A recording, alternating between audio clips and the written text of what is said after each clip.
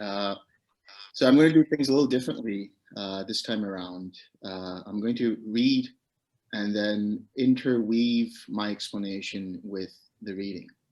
So I won't read all the way through. I'll start reading sections of it and then give you my explanation and then continue, okay?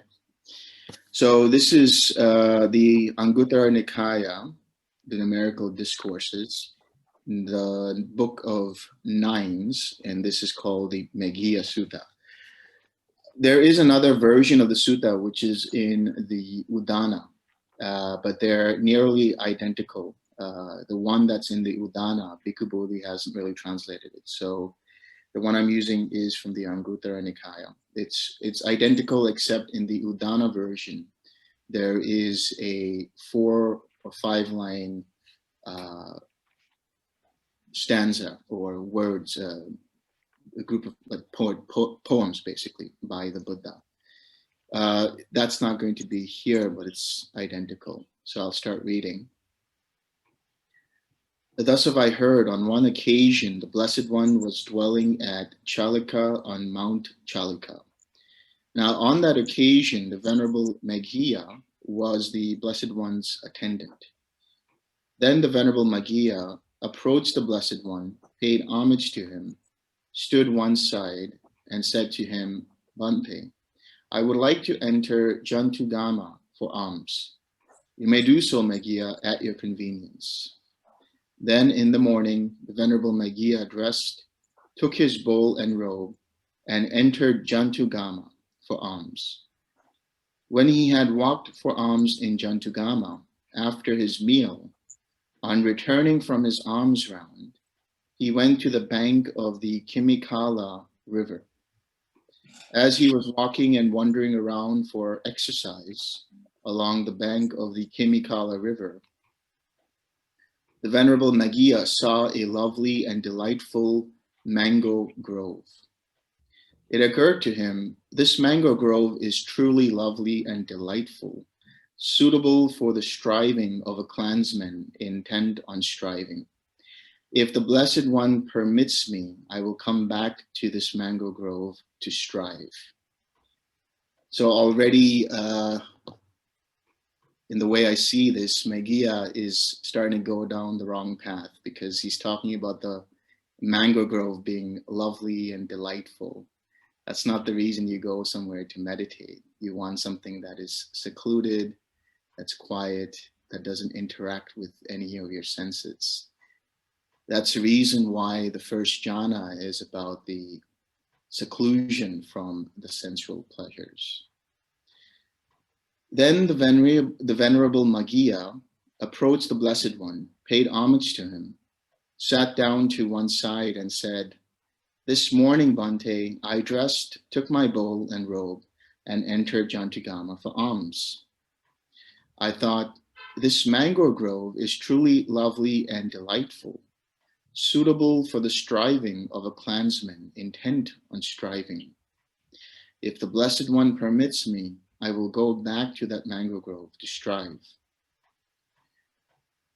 So if the Blessed One would permit me, I will go back to that mango grove to strive. As we are alone, Meghiya, wait until another bhikkhu comes along. A second time, the Venerable Meghiya said to the Blessed One, Bhante, for the Blessed One, there is nothing further to be done, and no need to increase what has been done. But, Bhante, I have something further to be done, and need to increase what has been done. If the Blessed One would permit me, I will go back to that mango grove to strive. So Meghiya is already quite restless. He's eager to go and meditate, but the way he's going about doing it will cause him a lot of mental chatter in his mind, as you'll see. As we are alone, Meghiya, wait until another bhikkhu comes along. A third time, the Venerable Meghiya said to the Blessed One, Bhante, for the Blessed One, there is nothing further to be done, and no need to increase what has been done. But Bhante, I have something further to be done and need to increase what has been done. If the Blessed One would permit me, I will go back to that mango grove to strive. Since you speak of striving, Meghiya, what can I say to you? You may go at your own convenience. Then the Venerable Meghiya rose from his seat, paid homage to the Blessed One, circumambulated him, keeping the right side toward him, and went to the mango grove. He entered and sat down at the foot of the tree to pass the day. Then, while the Venerable Meghiya was dwelling in that mango grove, three kinds of bad, unwholesome thoughts frequently occurred to him: sensual thoughts, thoughts of ill will, and thoughts of harming. It then occurred to him, this is truly astounding and amazing. I have gone forth out of faith from the household life into homelessness. Yet I am still stalked by these three kinds of bad, unwholesome states: sensual thoughts, thoughts of ill will, and thoughts of harming. Now, according to the commentary on this, it said that Meghiya was a king before he became a monk. And for many lifetimes before that, he was also a king. So he was quite used to having a lot of thoughts related to sensual pleasures.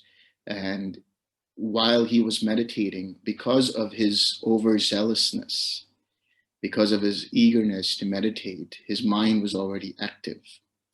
And while he was in the mango grove, obviously the sight of the mango grove while he was sitting and closed his eyes was in his mind, the smell of the mangoes and so on and so forth. So there is sensual craving there. And then what did he do? He tried to resist all of that. He tried to suppress it. By suppressing it, he had aversion towards these thoughts. And then there were aversive thoughts. When these aversive thoughts came about, instead of letting them go, it started to create thoughts of harmfulness in him, meaning he started thinking about how terrible this place is and so on and so forth. If you think about your own meditation, when you have been frustrated, it's because of certain thoughts that keep occupying the mind. And the more you try to root out the thought with force, instead of acknowledging it, saying it's there, letting it go, doing the 6R process, and the more you hold on to it, it will start to create more thoughts of aversion in your mind. And eventually you'll get frustrated. And some people I've seen become so frustrated that they start punching the air or whatever it might be. So there can be thoughts of harmfulness in them. Then the Venerable Meghiya approached the Blessed One, paid homage to him, sat down to one side and said, "Here, Bhante, while I was dwelling in that mango grove, three kinds of bad, unwholesome thoughts frequently occurred to me: thoughts of sensual thoughts, thoughts of ill will, and thoughts of harming.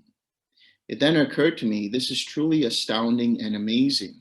I have gone forth out of faith from the household life into homelessness. Yet I am still stalked by these three kinds of bad, unwholesome thoughts: sensual thoughts, thoughts of ill will, and thoughts of harming." And then this is the Buddha. Hold on one second. This is the Buddha speaking. "Meghiya, when liberation of mind has not matured, 5 things lead to its maturation." What 5? "Here, Meghiya, a bhikkhu has good friends, good companions, good comrades. When liberation of mind has not matured, this is the first thing that leads to its maturation." So here the Buddha is talking about finding companions in the holy life, finding people of like-minded mindsets, finding people just like this sitting group, finding people who are all wanting to learn about the Dhamma, who are wanting to learn about the 6 R's, who want to meditate together. This is a very important aspect of the practice. Again, a bhikkhu is virtuous. He dwells restrained by the patimokkha. possessed of good conduct and resort, seeing danger in minute faults. Having undertaken the training rules, he trains in them. When liberation of mind has not matured, this is the second thing that leads to its maturation. So in the case of a monk, they have 227 precepts, I believe, to follow at the very least. Here, while we are in the lay life, we only have to, at a minimum, do 5 precepts. And these 5 precepts are basically all about conditioning the mind for meditation, creating in the mind opportunities for awakening to happen. The 5 precepts are essential because they help you to create the foundation to start to prevent any of the 5 hindrances. I've spoken about this before, where the 5 precepts and the 5 hindrances are inversely connected. So if you follow the 5 precepts, you will start to create a mind that will be void of the 5 hindrances that are inversely related to those 5 precepts.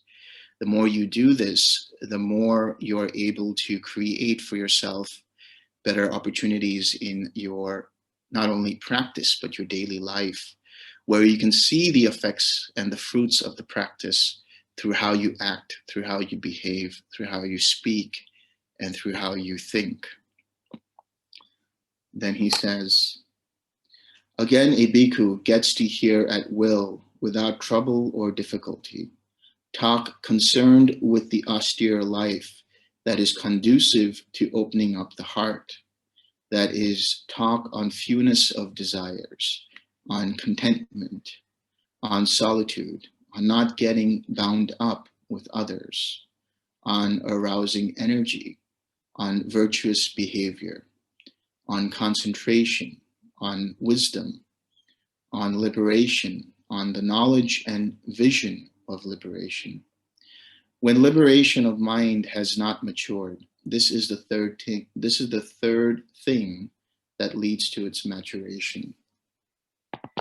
So you really have to pay attention to the kind of speech that you have. This is more in concordance with the right speech, rather than dealing with idle chatter, rather than dealing with gossip, rather than dealing with talks about politics and the news and what's going on around the world. If we want to be able to develop in the meditation practice, we should talk about the meditation practice. We should talk about the Dhamma. We should talk about the factors of the meditation practice, about the jhanas, about the Eightfold Path, about dependent origination, and so on and so forth. But it's important to also distinguish what is talk for the benefit of practice and what is talk for the mere spiritual entertainment. Instead of being philosophical and just having debates about this is right or this is wrong, come into agreement with the things that you can agree on in terms of the practice. You'll be able to learn from other people and exchange ideas on how to do the practice and how to meditate and so on. So you also have to have the right intention when you have such talks. Again, a bhikkhu has aroused energy for abandoning unwholesome qualities and acquiring wholesome qualities. He is strong, firm in exertion, not casting off the duty of cultivating wholesome qualities. When liberation of mind has not matured, this is the fourth thing that leads to its maturation. So he's talking about right effort here. He's talking about giving up the unwholesome qualities of mind and bringing up the wholesome qualities of mind. And the way this is done is through the 6R practice. what you are giving up in the way of unwholesome qualities of mind are essentially the 5 hindrances during your practice or during your daily living. And what you are bringing up in the way of wholesome qualities of mind are the 7 factors of enlightenment. So if you find in your meditation practice that the mind is being disturbed by a hindrance, the moment you recognize it, you see that the hindrance is present. So you are doing the first right effort where you are preventing that hindrance from further distracting you. Now you have stopped the flow of that hindrance in its track. When you release your attention from that hindrance and come back to the mindfulness of the mind and the body, and then relax any tension that has arisen because of that craving, because of that hindrance, you are releasing and relaxing, which is abandoning the unwholesome states, abandoning the hindrances. When you come back to your smile or pay attention to the smile, and then bring up, using the smile as an anchor, the loving kindness or the compassion or any of the Brahma Viharas, you are doing the third right effort, which is to bring up a wholesome state of mind. And then you maintain that with your attention on the loving kindness. So long as your attention is resting with that loving kindness, you are practicing the fourth right effort of maintaining that wholesome state. And whenever you do the 6R process, you are actually activating the different enlightenment factors.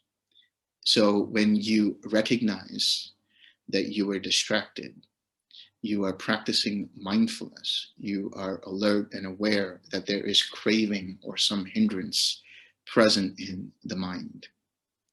When you release and relax, you are activating the enthusiasm, the effort to let go of, and then tranquilizing the bodily formations. So you are practicing enthusiasm or effort, the enlightenment factor of effort and energy. When you bring up the smile, when you relax, you bring up tranquility. But when you bring up the smile, you bring up joy. Whenever you have a tranquil mind, the natural state of that mind graduates towards joy and vice versa. When there is joy present in the mind, it will start to tranquilize. And if there is some disturbance in the mind and you tranquilize it, its natural evolution is towards joy. So there is this interdependency between joy and tranquility. And then when you continue to maintain your awareness with loving kindness, when you generate loving kindness and you stay with it, you are practicing the enlightenment factor of collectedness. And then finally, if you notice again that the mind is distracted, rather than being disturbed by it, you just use and repeat the 6R process again. If you do it in that manner, you are cultivating equanimity because you are being unruffled by the hindrance, rather than reacting to it in the way that is personalizing it and identifying with it. You just acknowledge it, that it's there, remain undisturbed by it, and then use the 6R process again.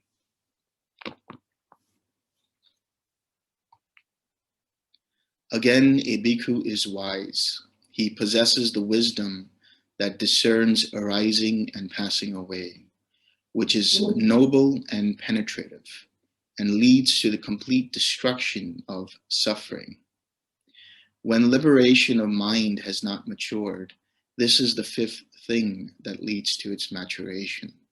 So now at a certain point, as you're progressing through the practice, whether it's through the first 4 jhanas or through the 4 arupa states, you start to see how your mind starts to respond to different factors of the jhanas. You start to see how certain factors are present in a certain jhana and certain factors are not present while they're in that jhana. You start to penetrate the mind and are able to see, especially in infinite consciousness, the arising and passing away of infinite consciousness.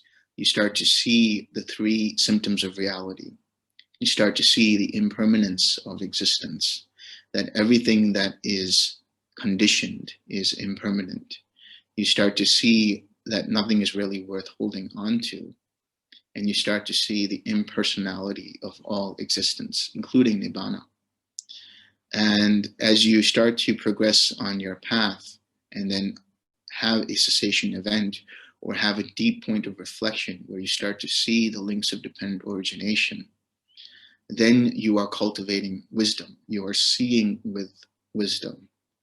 And this wisdom is the fruit of Nibbana, the Nibbanic experience.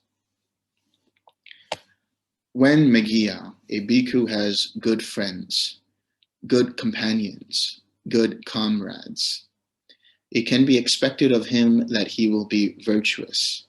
One who dwells restrained by the patimokkha will train in them. When a bhikkhu has good friends, good companions, good comrades, it can be expected of him that he will get to hear at will, without trouble or difficulty. Talk concerned with the austere life that is conducive to opening up the heart. That is, talk on fewness of desires, on the knowledge and vision of liberation. When a bhikkhu has good friends, good companions, good comrades, it can be expected of him that he will arouse energy for abandoning unwholesome states, unwholesome qualities, not casting off the duty of cultivating wholesome qualities. When a bhikkhu has good friends, good companions, good comrades, it can be expected of him that he will be wise, possessing the wisdom that discerns arising and passing away, which is noble and penetrative, and leads to the complete destruction of suffering. Having based himself on these 5 things, the bhikkhu should develop further another 4 things. And now the Buddha is going to be talking about the different meditative practices depending upon a person's inclinations. So in general, the Brahma Viharas are intended for people who have, let's say, an aversive mindset, one where there is ill will, one where there is anxiety, where there is restlessness, there is depression, there is basically a generally aversive personality. And in today's modern world, it would seem that everywhere that one is, they are being bombarded by a lot of things that can be considered to be unwholesome. And so the mind tends to be aversive towards that. But it's important not to react with aversion, but to react with wisdom, to react with loving kindness, with compassion, with equanimity, and empathetic joy. So here he talks about different kinds of meditation practices for Meghiya in particular, because Meghiya, as you have seen, he has sensual craving, thoughts of sensual craving. He has thoughts of ill will, and he has thoughts of harming. And so the first thing the Buddha talks about is the perception of unattractiveness should be developed to abandon lust. So this is in relation to the body itself. If there is an identification with the body, a very strong identification with the 6 sense bases and the feeling that arises from the 6 sense bases, then one should see the different elements of the body for what they are. And one should also, it doesn't say here, but I would expand that on saying that there is the corpse meditation, where one sees that this body is nothing but a bundle of bones and skin and muscles and sinews and so on. And then one imagines how the body deteriorates when there is no vitality left in that body. And so eventually the body is nothing more than a collection of skeletons, a collection of bones. And then finally that too just dissipates into dust. So By developing these kinds of practices, one detaches from the body, detaches identification with the body, and thereby reduces sensual craving. Loving kindness should be developed to abandon ill will. So loving kindness is just the beginning. You have compassion as well. So loving kindness generally is an antidote for ill will, and compassion is an antidote for cruelty or harmful thoughts, thoughts of harming. And loving kindness is this benevolence that one has towards oneself and towards the world.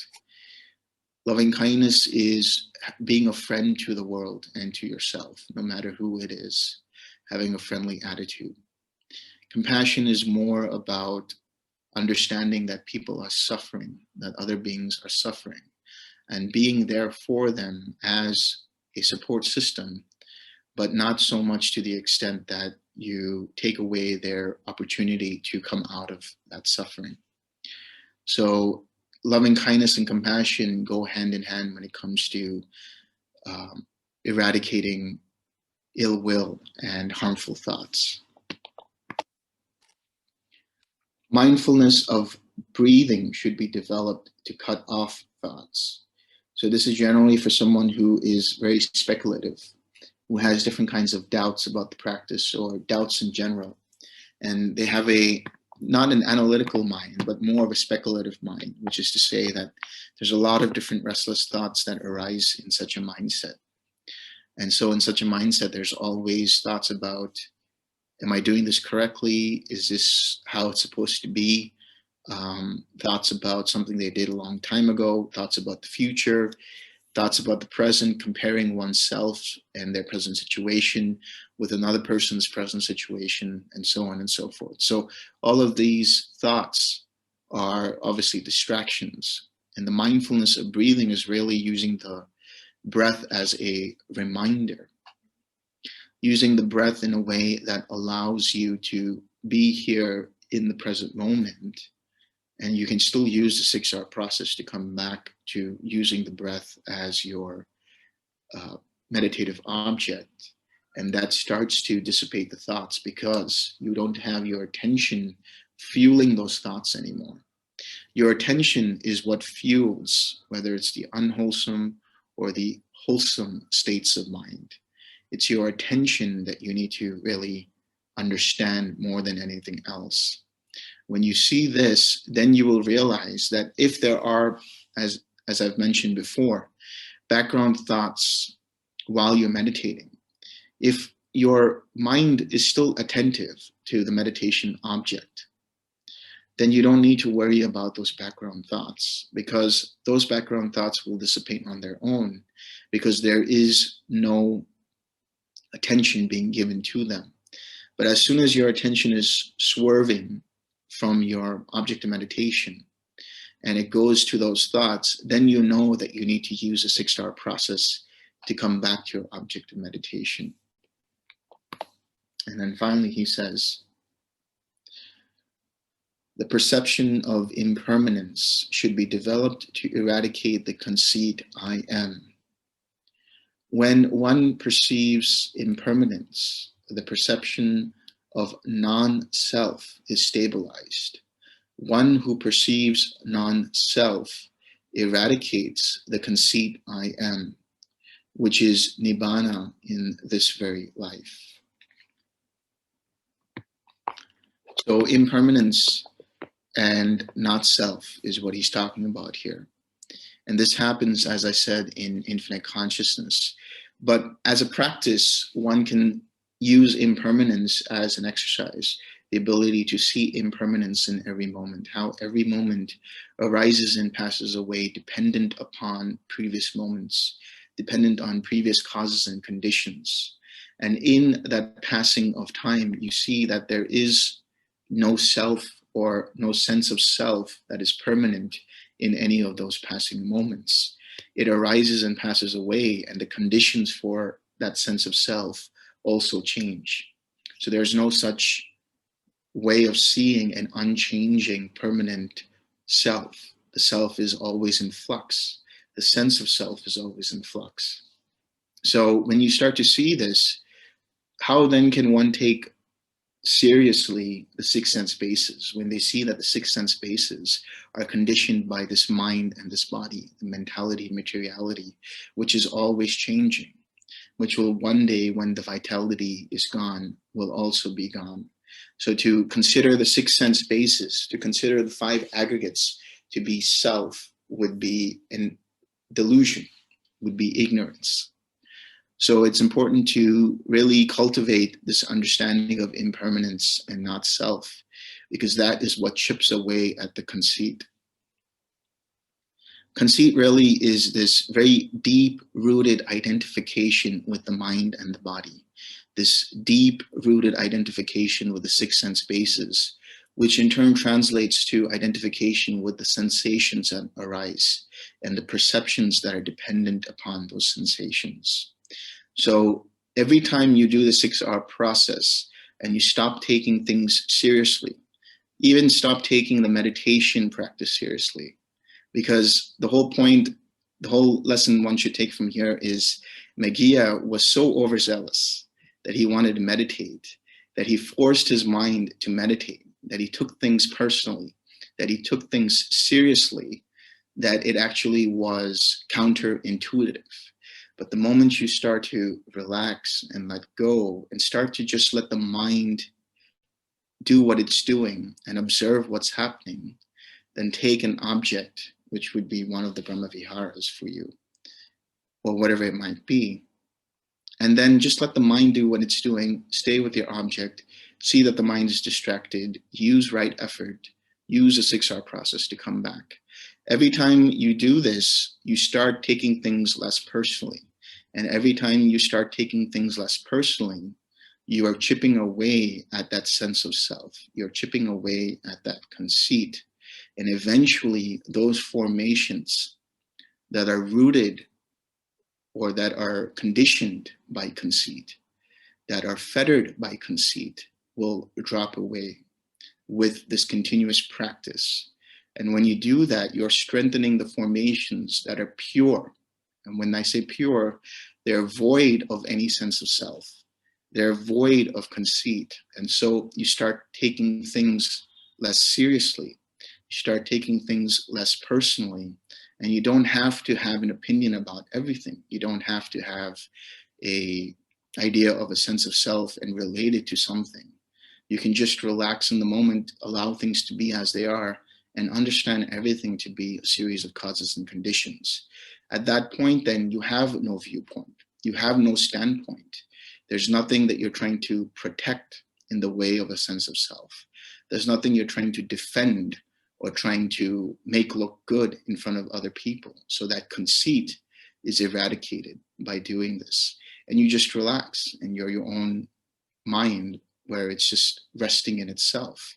You're just allowing the mind to do its thing, allowing reality to unfold as it's unfolding, and thereby allowing the mind not to produce new karma that can create further suffering. Because the moment you start to identify with the mind and the body, the moment you start to identify with the six sense bases, with the sensations that arise conditioned by the six sense bases, you have generated the link of craving. Once you have done that, then you start creating stories in your mind, which are all of these different tendencies that you're starting to accumulate, which is that clinging aspect. When you have that and you further do this, you start to create habit patterns, which are then the accumulated tendencies that are bhava, that are being. And of course, from there, if you act from rebirth of action, you are going to cause yourself suffering. But if you instead see that the sensation that arose, whether it was good, bad, or neutral, as dependent upon the sensory receptors, in other words, you are experiencing the sensations because you are experiencing it through these six senses. While you're experiencing it through these six senses, where in that do you need to identify with that sensation? It's just arising because the sense receptors are there. So you have the six sense spaces, which then have contact. They are stimulated. For example, the eye is stimulated by photons.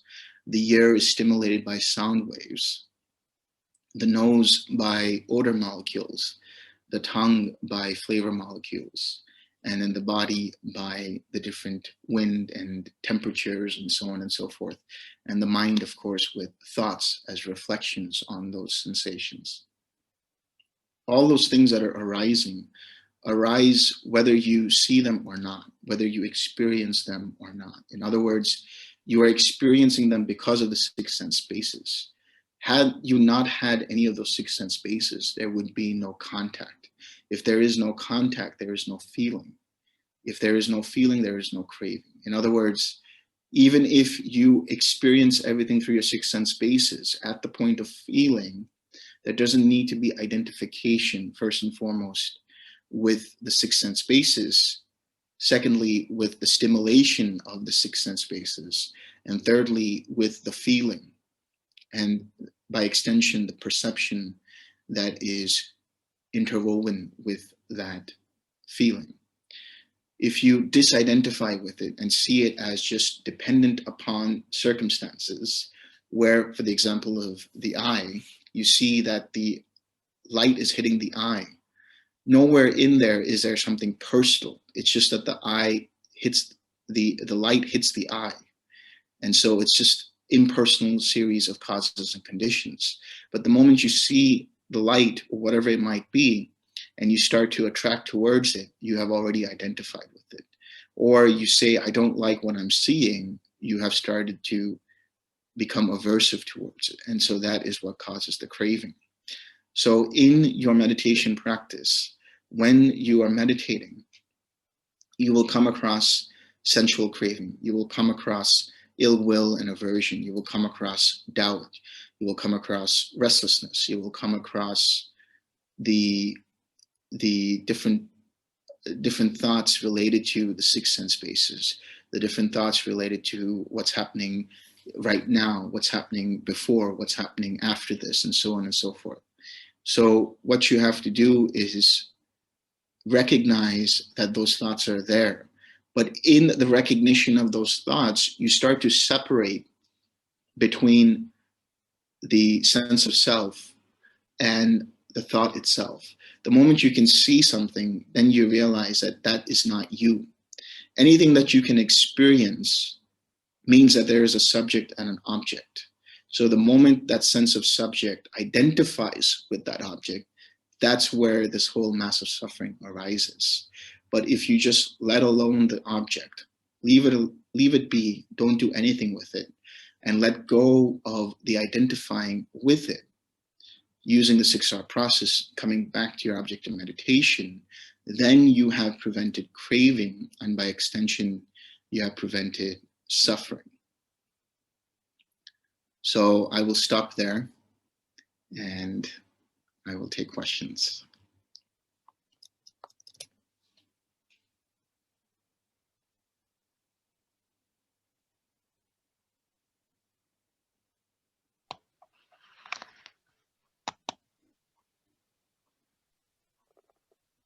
Hi, Delson. Thank you for the talk. I have a question for you. Yes. Between all the six senses, one of my major hurdles is the thoughts and mind objects. And I work in engineering, and basically I do a lot of problem solving. And after normal work or during the holidays, of course, they come up, and I have hard time to push them aside or try to recognize and release and come back to objects of meditation sometimes, especially if the day is hard. Any suggestion or ideas for this hyperactive mind, or basically to start the meditation or doing more meta before I get to my object of meditation, and how to deal with this type of mind, the problem-solving mind? Don't do anything. Don't do anything. When you sit down, All you have to do is just come back to the awareness of the four foundations of mindfulness. Because the moment you try to make any effort to try to calm down the thoughts, because you're giving your attention to those active thoughts, they're going to start to come up more and more and more. But the moment you see them, acknowledge them, and just let them go, and just treat them as only thoughts rather than thoughts that need to be eradicated, thoughts that need to be, let's say, let go of. If you recall in the sutta also, Meghiya had a need to meditate. This idea of needing to do something, this idea of having to do something, let go of that sort of perspective and then come back to just the mind and the body. If you want, take a few breaths and just relax. And the moment you do that, you can start to just generate the feeling of loving kindness in your heart through however you might be doing it. And then stay with it. And you'll see that the thoughts that are related to your work or whatever it might be won't be as prevalent as they were before. Right. Yeah, I mean, I totally connect with this urgency or the need to basically do something, go back to email, respond list, or the funny enough, some of my good ideas come through meditation. I mean, because the mind opens up and suddenly you see the problem that you never seen. So the mind get fascinated and start basically going down that route and try to solve a problem. Always try to bring it back, and now is the time to see it. So just see it. But yeah, thank you.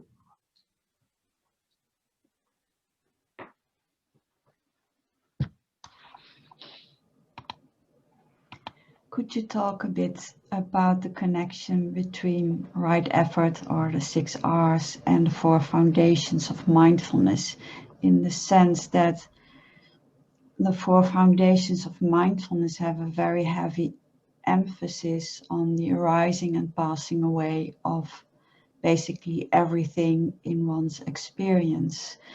But in TWIM, the object of meditation is one of the Brahma Viharas.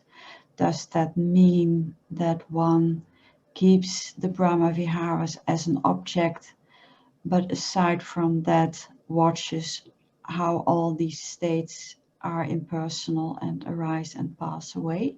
Is that the way to observe it? Yeah, so when it comes to number one, the 4 foundations of mindfulness, if you go back to the 4 foundations of mindfulness, the Buddha talks about the arising and passing away of the 4 foundations of mindfulness related to the thoughts related to those and so on. But I would also say, and it's also in the sutta, which is in the Satipatthana Sutta, where the Buddha says, and I'm paraphrasing here, but basically he's saying, for the sake of seeing that there is no craving present.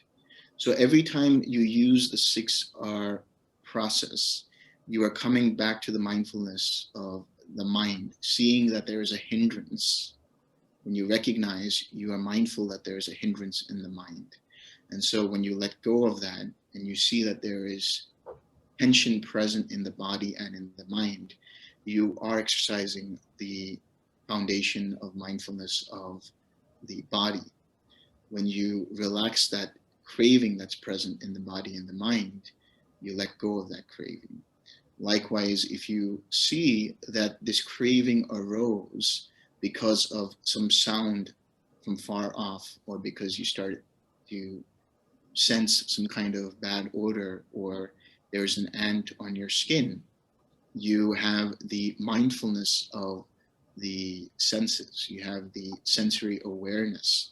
And if there's craving rooted with that awareness of the sensation, then you let go of that by using the 6R process. So every time you are actually recognizing, you are fundamentally using mindfulness. And that mindfulness is related to whatever is happening with the body, if there's tension in the body, whatever is happening with the mind, if there are hindrances in the mind or the mental contents of that mind. In other words, the hindrance themselves, or if there is present the one or more of the enlightenment factors. And then finally, with the sensations. So when you start to recognize that there is craving, meaning there's identification with any of these four foundations, then you have to use the 6R process and let go of that tension and that craving associated with any of those foundations of mindfulness. So you're automatically exercising mindfulness to that extent whenever you see that craving has arisen.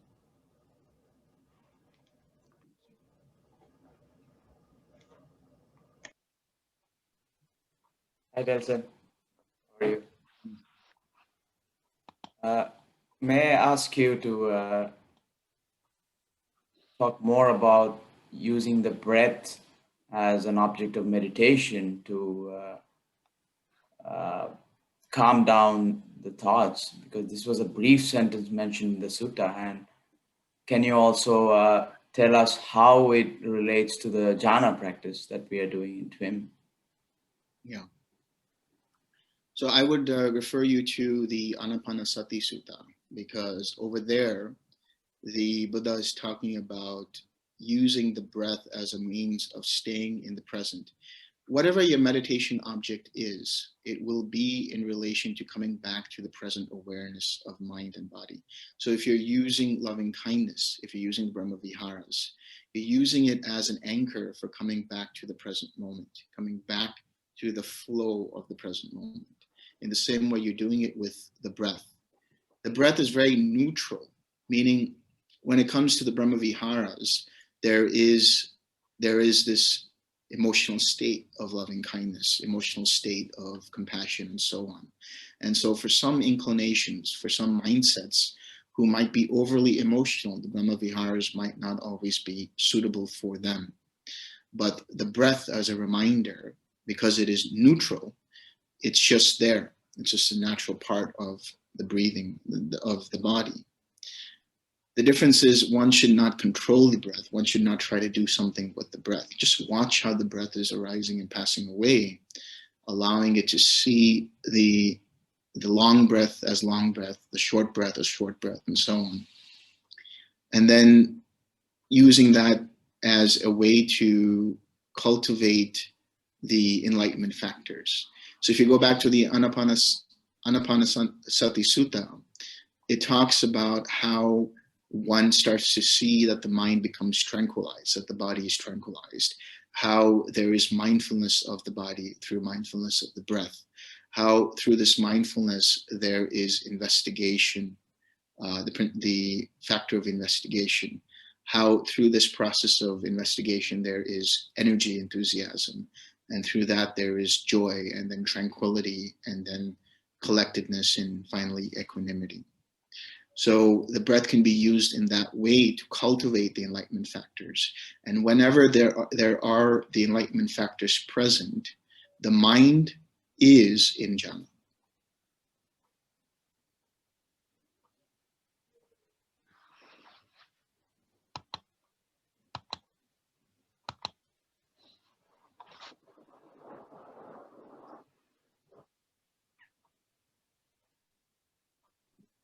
Hi, Delson. Thank Hello. you for the talk. It was very useful to me. So expanding a bit on the topic of the breath meditation. So, I've been doing the metta meditation for quite a while, and certainly on retreat, it can be quite strong. And depending on my current state of mind, I can fall into it easily sometimes and not so easily others. And, hearing that line in the sutta and your description of it as the breath kind of helping with speculative thought. That's something I fall into quite often when I'm struggling with the metta. Am I doing this right? And all of that, and thinking about the future and whatever. And, sometimes I'll use a few breaths just to relax. Sometimes I'll use it as that kind of neutral place, as just the object sort of becomes the breath as a reminder to relax, as I've read in, some of Bante's writings on the on the usage of the object of the breath. And I guess my question is, I've heard a lot that it's not good to sort of complicate the practice and change things up and tweak it. But sometimes just going to the breath seems really useful. And then I jump back to metta once things are a little more collected. Is this reasonable, or what are your thoughts on that? Yeah. I would say if you're going to start with one object in meditation, start with that. So if you're going to start with the breath, then continue on with using the breath. But it really depends upon how you're using the breath. You don't want to, as I mentioned, and it's very much an emphasis on this, which is don't try to control the breath. Don't try to do anything with the breath. Just watch it as it flows naturally. When you start to get into that rhythm of that natural breathing pattern, your mind becomes collected around that. So already you're starting to activate the collectedness of mind factor. And if that helps, continue doing that for the duration of your practice. Don't switch back to the metta. Conversely, if you are starting with metta, then just continue on with the metta. If there are doubts arising, consider those doubts to be hindrances. Use the 6R process. Come back to the metta and then continue on. I would never recommend switching between meditation objects in one sitting. If you want to do metta for one sitting, you could do metta for one sitting. If you want to do breath meditation for one sitting, you could do it for one sitting. But don't switch it up in the same sitting. Okay, thank you very much.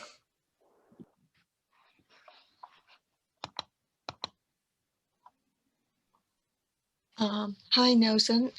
I have the same question. Thank you first, but yeah, I do have the same question about like being metta and breath as it's not for myself, like because I was not practicing breath a lot and long time, so it's not hard for me to now concentrate. But I just have shared metta and the 6R with another friend that she is more have a longer period of like a breathing exercise, and she was like very like happy to hear about my experience, and she wants to try the 6R and the switch of the metta feeling, and she just lately told me that it was a bit hard for her to switch from breathing to loving kindness to start, but she still wants to try. So, but since I heard about like about the personality traits, she has a lot of like, for my personal observation, she is more towards like a doubt personality, that she's questioning whether this is sad or right, or the practice is right or wrong. Should I still like be telling her that she should try it on metta for a while before she stop on breathing, or she can do on different practices, sittings with two different objects? What is more recommendable? I don't want to confuse her because it is like at her very start, and she has find herself more peaceful and tranquil while she's doing her breathing, and yet the metta, she is kind of like I understand it's the 6R, which is the more of the mechanism which is important. So I'm now in the middle of like not sure whether I should still give her the direction of the metta. Thank you. If I understood correctly, you said that she had done breath practice, but it was more of a controlled breath practice. Is that right? Yeah, she finds the breath practice more like peaceful, and she has been very used to it. So when she has to redirect herself to another object, it becomes maybe I'm not sure, but it as she told me, is at the beginning is a struggle. So it seems like maybe it's not right, if there is a starting struggle. So I would say one thing: if somebody has come into the practice used to breathing practices, it's better that they stay away from it for some time, breathing, because they have learned certain things in relation to the breath, learn certain ways of dealing with the breath, and so it can be challenging to try to unlearn those things, because if one is used to controlling the breath, like for example, in yoga practice, we have something known as pranayama, where you are consciously controlling the intake of the breath and the exhalation of the breath, and how long to hold the breath, and so on and so forth. And if somebody has done this kind of practice, it can be difficult for them to actually just watch the breath as it is flowing naturally without having any control over it.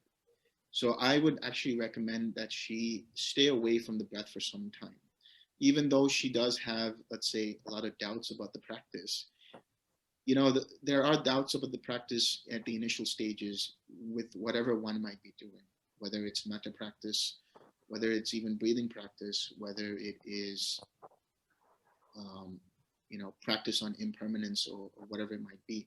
There's always going to be some kind of doubt that might arise in the beginning.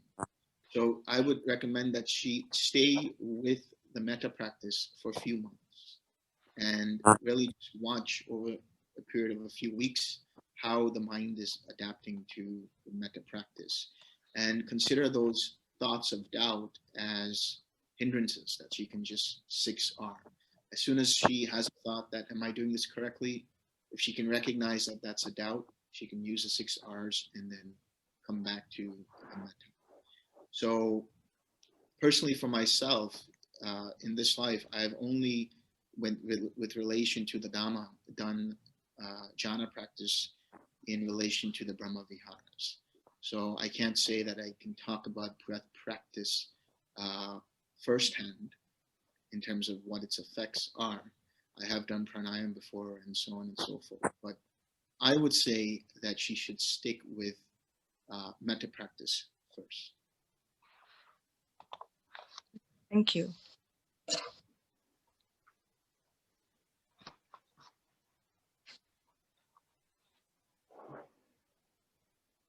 Delson, if I may, I have one question. So, this is regarding the daily activities kind of practice, because I feel like loving kindness on, let's say, even just to go out for a walk. Some days comes very easy, that's fine. But some days are like not so much. In that type of scenario, like it's not a quiet mind, but I kind of like observe the mind, what's going on, what's in their mind.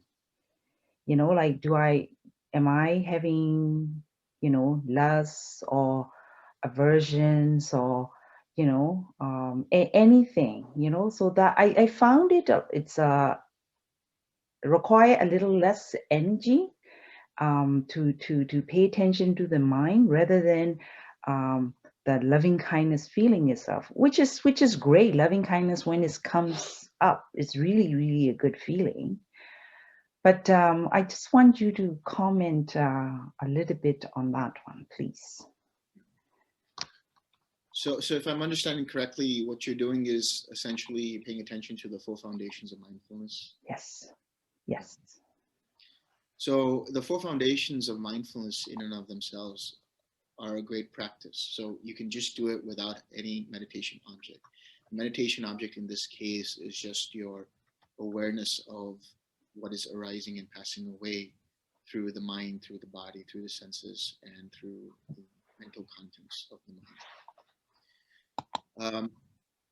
If you remember in the Satipatthana Sutta, the Buddha says that this 4 foundations of mindfulness practice can lead you all the way to Nibbana, can lead you all the way to awakening, full awakening. So the way I see, and it's very simple to just understand mindfulness in this way. Number one, you are understanding where your attention is in every given moment. Is your mind, if you're using loving kindness as the object, for example, is your mind still on the loving kindness? In this case, that mental object is a mental content of mind. So that would be the foundation of mental objects. But if you're not using an object, you would be using the 4 foundations of mindfulness to the extent of seeing whether there's craving present or not. If there is no craving present, then there's nothing further to be done. If there is craving present, then you 6R and come back to seeing the body as body, the mind as mind, the senses as senses, and the mental contents as mental contents. Which means that if you see that there is, for example, doubt arising in the mind, you see that as a hindrance, you use the 6Rs to let go of that, release the tension in the body that might have been stored because of that hindrance, and then continue with your practice of watching the 4 foundations of mindfulness. Thank you.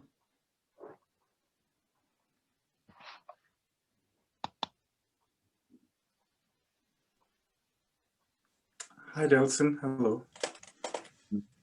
I have a question. Could you please say a little bit about the second Bojjhanga, like what it is, how to bring it up, how to apply it? What is the second Bojjhanga? Investigation. Investigation. So investigation is essentially, you start to play around with the enlightenment factors primarily when you're doing the jhana practice towards the 7th and 8th jhana. When you get to the 8th jhana, you are dealing with really minute aspects of the enlightenment factors. So what I mean by that is the basic hindrances that you will be dealing with when you are at the 7th or 8th jhana are restlessness, sloth, and torpor. And these two are the main hindrances that one has to eradicate. So when you are in the 8th jhana and you start to see that the mind tapers off into sloth and torpor, you use the investigative factor to be able to see that the mind is in sloth and torpor, and you're using your investigation of principles to then see what is required in the mind at this point. So anytime you see that there's restlessness, then you're again using your investigation skills, but not so much when you are in sloth and torpor. You might use it to the extent that you understand what is needed in this moment for the mind to come back to a balanced state. So if you start to see, you can just essentially ask the mind what is required right now. And the intuitive aspect of the mind will actually tell you, we need more joy, or you need more relaxation, you need more tranquility, or you need more collectedness, whatever it might be. This is the way you can use the investigative factor. Thank you very much.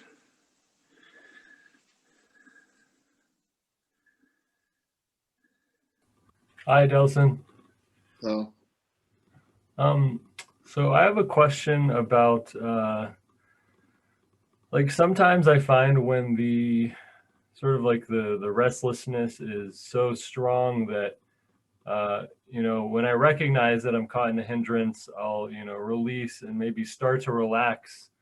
And before I even get to the re-smile and my object, like I'm back in another hindrance, and sort of like just this cycle like over and over again of like not actually getting through the full 6R cycle. Is there anything you can recommend to do when I recognize that that's happening? so how much time are you spending with each of the 6Rs? You know, in those cases, like not that much. Okay. The reason I ask is because I want to know if when you recognize that you're distracted, as soon as you recognize, are you spending time on releasing it and then releasing your attention and then spending time on relaxing? And then, I mean, is there more time being spent in that process than there should be? Is there more time than there should be? Maybe. How would I know? Well, for one, as soon as you recognize that there's a hindrance, when you recognize that you're stopping that hindrance from further continuing.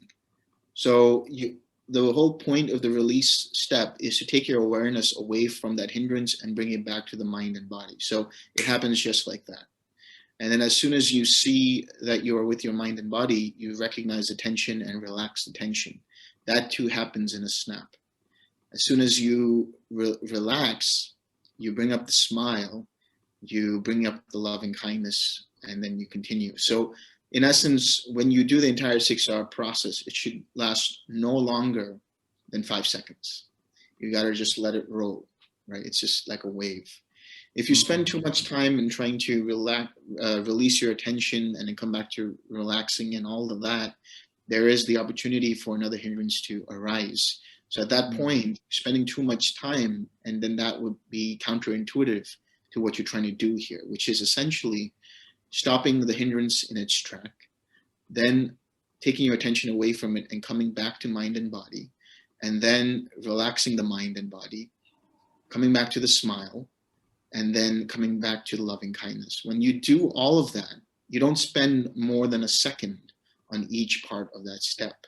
And of course, I'm not sure if you're doing this, but this should just be said as a blanket statement, which is you don't want to verbalize any parts of the step saying that, okay, now I recognized, now I release, now I relax, now I smile, now I relax, you know, all of that other stuff. You just do it. So as soon as you recognize it. Like you've seen that the mind is distracted. In that seeing of the mind being distracted, that is recognition. In taking your attention on to, putting your attention back to mind and body, that is releasing the attention. In relaxing, it's just letting go. It's just, you know, relaxing the mind and body, relaxing the tension. It's not like, okay, now I relax. It's just, you relax. You just, it's like that tight fist and you just let go of that tight fist.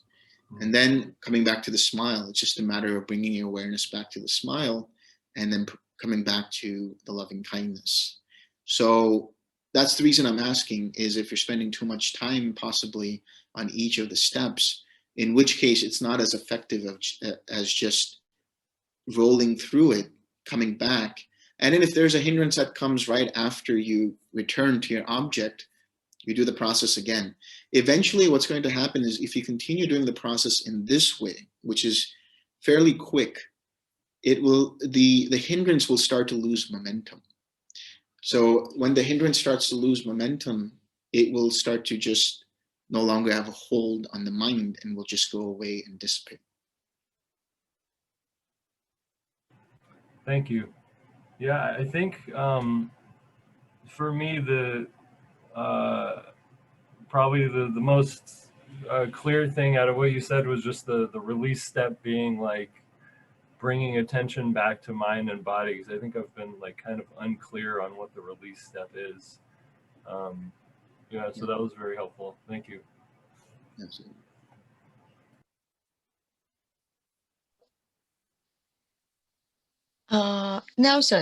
Delson, sorry. If you may allow me, I have on the same regard a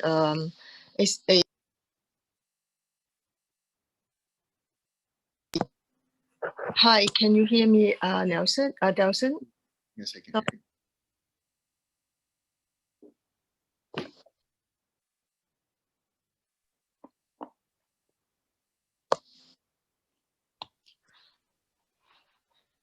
Helen, I think we you cut off. We couldn't hear you anymore.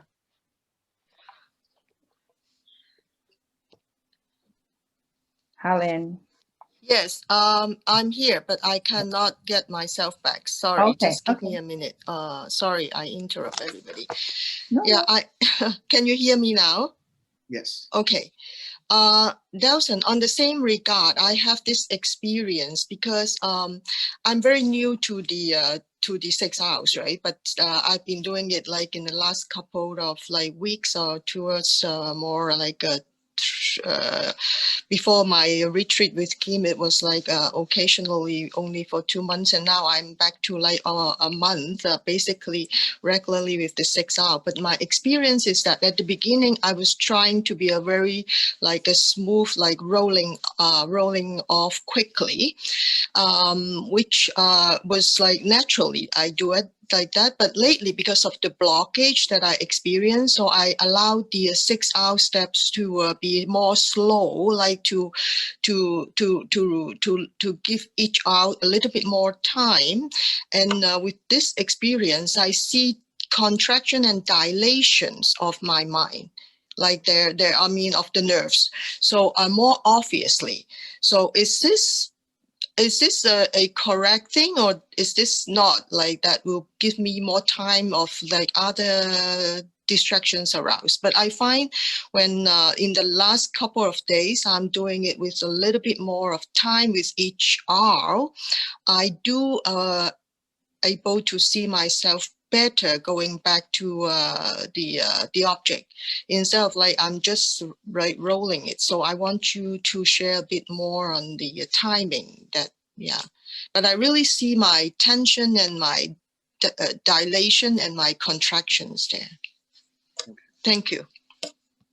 So let me ask you, just to understand, how long are you spending with each step really? I think it's not long, but it is maybe a 1 to 2 seconds each hour. Like instead of like before, it was just very quickly I go to the smile already, from release to relax.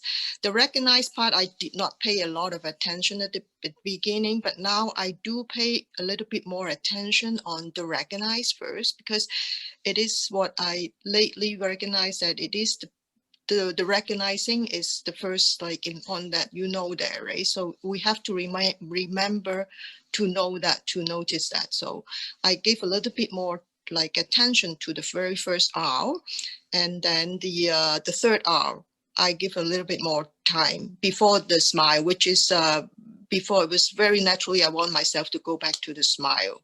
So in this process, I feel the nerves like contract, dilate, contract, dilate. When you say you feel, for example, the nerves contract and dilate, is that happening during the process of relaxing? Sorry, I cannot hear you very well now. Let me see.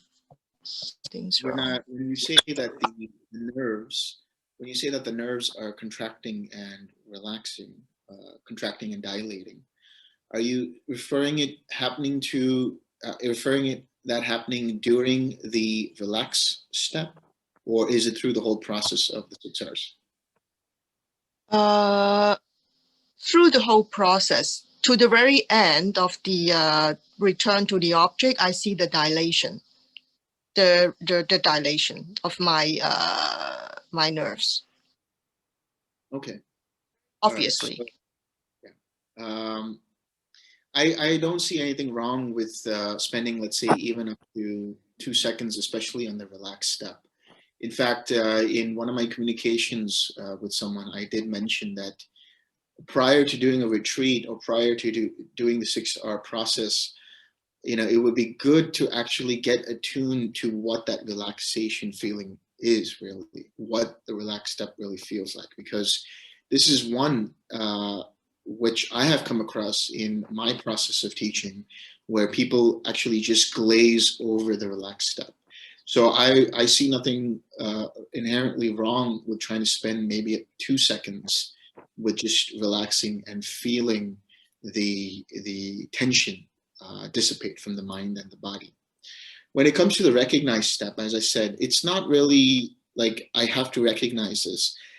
The thing is, this, as soon as you see that the hindrance is there, as soon as you see that the mind is distracted, you have already performed, so to speak, the recognize step.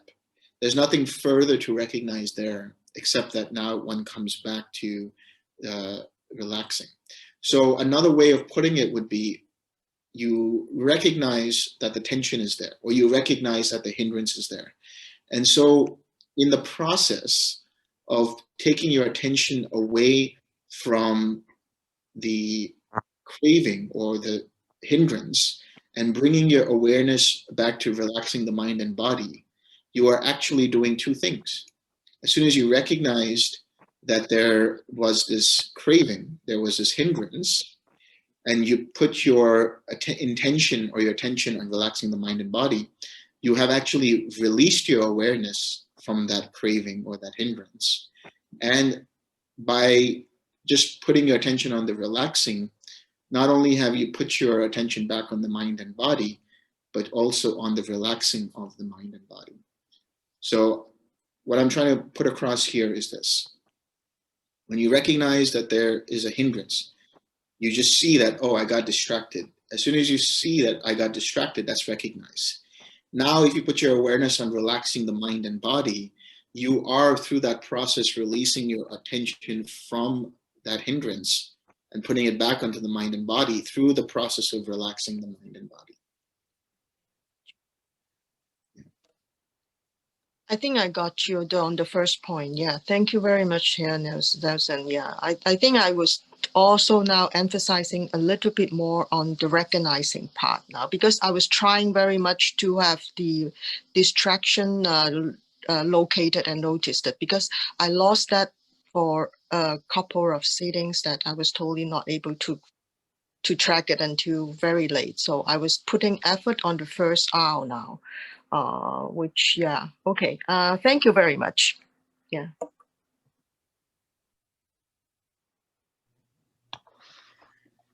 Hi, Delson. So this is Fang. Hello. Thank you for your talk. And also, I share the question of other people on the relaxing step. So my problem is that came from my previous practice on Vipassana. I have the pulsation sensation, just like by meditation. So I know that I didn't take it easy, but is now I have trouble to feel the relaxing. So any suggestion if I cannot feel, how can I do this step? Yeah, so basically you want to know how it feels to relax, right? How it feels to relax in the body. So a couple of weeks ago, maybe a little while ago, this is the reason why I use that analogy. Bhante Ananda was giving his talk, and he was talking about the relaxed step in his own way. And it might have been a couple of weeks ago or in one of his videos that I had seen. And it's a great analogy, which is you just make a fist and you know how it feels when you have that tension in the fist. But you also know how it feels as soon as you let go of the tension in the fist, as soon as you stop making the fist. There's no more tension there. So in the same way, it's like when you go to bed and you start to feel that relaxed feeling when you go to bed before you actually go to sleep, that's really the relaxed feeling that you want to tune into. And I will also say to that extent that sometimes you might not even feel the relaxing of the tension. Sometimes people say that they don't even feel tension in the mind and body. But just in the process of relaxing, what are you doing while you're relaxing? You are tranquilizing the bodily formations. So the intention to relax is the intention to tranquilize the bodily formations. So even if you don't feel it, the intention of that happening will have an effect on the body. And this is really translated when you start to get into the fourth jhana, the third and fourth jhana, because you'll know when you're in the third and fourth jhana when the body starts to feel lighter or you have very little sensation of the body. And this is happening because you're starting to deactivate the parietal lobe that it's related to the senses and related to feeling the body. And you start to feel perhaps even a floaty feeling. You start to feel like the body is starting to expand. This will happen in the third and the fourth jhana. It will happen because you are relaxing the mind and the body. Even if you don't feel the relaxing of the mind and body, the intention of that alone will translate into your meditation quickening towards the third and fourth jhana. So it's like making minute investments, and then you start to see the return on investment in the third and fourth jhana of that. Okay. So if I cannot physically feel it, if I see the thought is gone, it's okay. Yes. Okay. Can I just say using smile and so smile longer until the thought is gone, and then I go back to. Yeah, go ahead. I go back to meditation object. No, I will say that you want to spend one moment in where you are seeing that the thought is gone. You have put your awareness back on the mind and body. You need to have the intention of relaxing.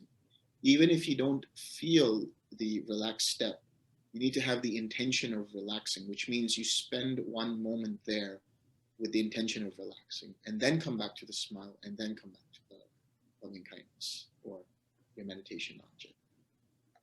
Okay.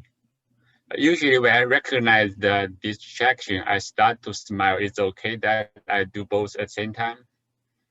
No, you want to wait. You want to take a couple of pauses before you come back to the smile. So if you see, oh, I got distracted. Okay. Okay, I saw that distraction was there. I'm letting go of the distraction, and I'm relaxing mind and body, and then coming back to the smile. You want to put a little bit of a separation point between the two, because you really want to hone in on that intention of relaxing. Because every time you're relaxing, you are practicing right intention. This is why I'm emphasizing intention of letting go, because that is the first part of right intention, which is the intention of letting go. And secondly, the intention of non-ill will and non-cruelty, which is the cultivation of loving kindness and compassion. So it's important for that intention of letting go to be there before you come back to the smile. So can I verbalize the intention? So no, you don't need to do this step. No, I don't want to verbalize it. Just come back to the awareness of the body and just have the intention of relaxing. You don't want to verbalize and say relax, but just have the thought of relaxing. You don't have to have a verbal thought of it. It's like visualizing relaxation rather than verbalizing it. Visualizing the body relaxing, visualizing the body easing up, and then come back to the smile. Okay, thanks.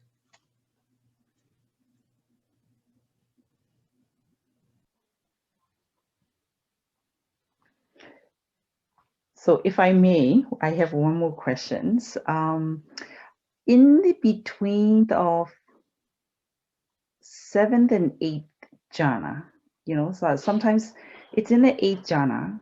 Obviously, you can't really stay too long in there, and then you are out of it.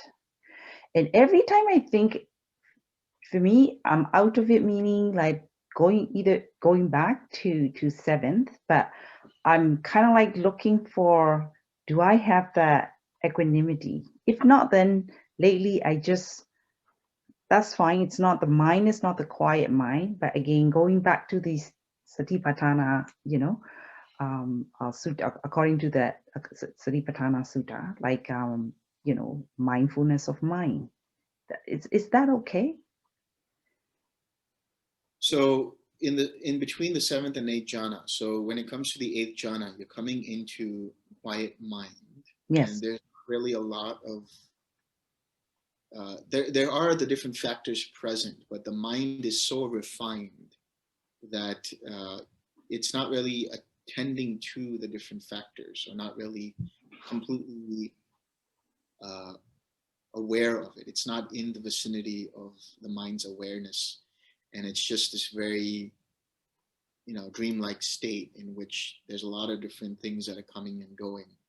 But if one just has the intention of just letting go of those different formations, you will continue to remain in the 8th jhana. So to the extent that you see the formations that are arising, you are practicing the mindfulness of mind and mental contents to see that the state of mind at this point is here.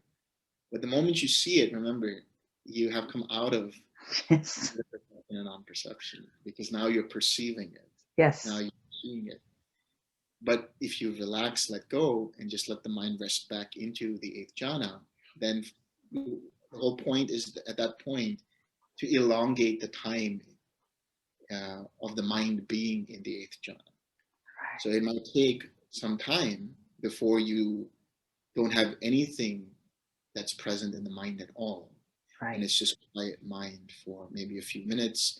And then you see there's a formation arising, then the mind gets diverted to that. You relax it and then come back. So then you come back to the 8th jhana. And it might take another few minutes and so on. And then you continue to elongate that cycle until for, an hour, there's nothing in the mind. Right. I feel like sometimes it's so quiet. Oh, okay. It's too quiet now. Am I in sloth and torpor? That's how I know I'm out. I'm out. Yeah. So You're out of it. Yeah. I'm out of it. Yeah. Yeah. That's how I always fell off. So, I mean, this goes back to the investigative factor, Yes. which you're dealing with. When you want to allow the sloth and torpor to be there to inform you that you're in sloth and torpor instead of looking for it. So you're prematurely using your investigative factor to see if you're in something or not. And so that gets you out of the 8th jhana. Allow it to come to you, and then you can let go of it. Okay. Instead of prematurely looking for it and then trying to let go of something that's not even there, maybe. Yes. Yeah. Thank you.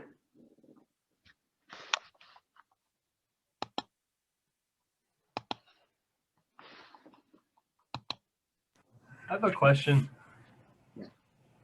Just to clarify understanding about what you were saying about the relaxed step. So let's say like you hold the intention to relax. It's been a second or two and you haven't felt any relaxation. Is it correct that you just kind of move on instead of like waiting for that feeling? Is that correct?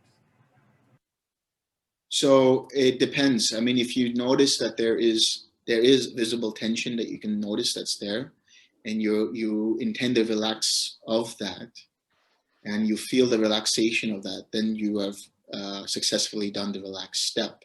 If you don't feel any tension there, you still do the relaxed step, because the relaxed step is all about the intention, as I mentioned just a few minutes before, is to cultivate the right intention of letting go. Now, there might be times where you do have the tension and you've relaxed and the tension doesn't go away. At that point, you just let it go, continue with it, and then when the next hindrance arises, you relax it. Because if you spend too much time trying to relax that tension, which might still be present, then you're going to start to create more hindrances in the mind. If you put too much attention on the tension, if you have too much attention on that craving, it will actually further aggravate it. So if you just have the intention of relaxing it, that's what's more important than trying to physically relax it, and then it doesn't relax, and then now you're in this sort of loop of trying to do something and then further creating for yourself more activity, restlessness, and craving. All right, thank you, Delson, and thank you for staying up late for us. Yes.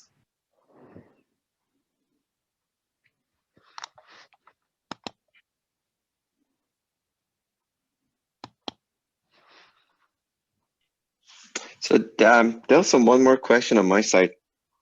When going to basically do meditation, and let's say your previous jhana that you sat was 7 or 8, in next sitting, if the mind is busy, do you need to start from the first jhana going up, or you basically go to quiet mind and the mind automatically go back to the last jhana? Or does it matter if you basically in next meeting do you sit in the same jhana or not? My general suggestion is that wherever you left off, you continue from there. So if you got all the way to the 7th jhana in your next sitting. So in the 7th jhana, for example, is nothingness. So at that point, you would be, for example, radiating equanimity. So instead of coming back, instead of starting from where, let's say, compassion and starting with the 5th jhana, I would suggest start with radiating equanimity and continue from there. Yes, perhaps in the beginning, depending upon the mind, its inclination, what time it is, and other factors, it might take time for the mind to settle into the radiating of equanimity, for example. But despite that, you start from where you left off. Okay. So no matter how busy, mind will go back to the previous state.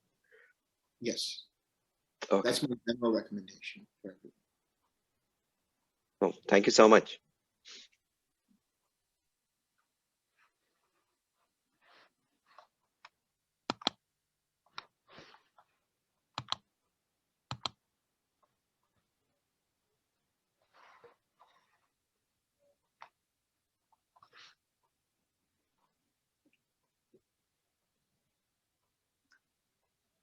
Any more questions?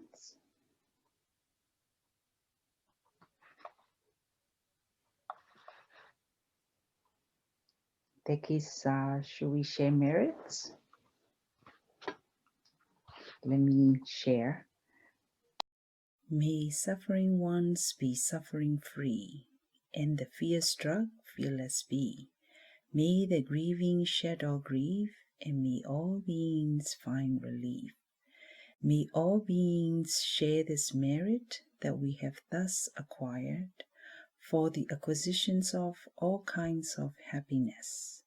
May being inhabiting space and earth, Devas and Nagas of mighty power, share this merit of ours.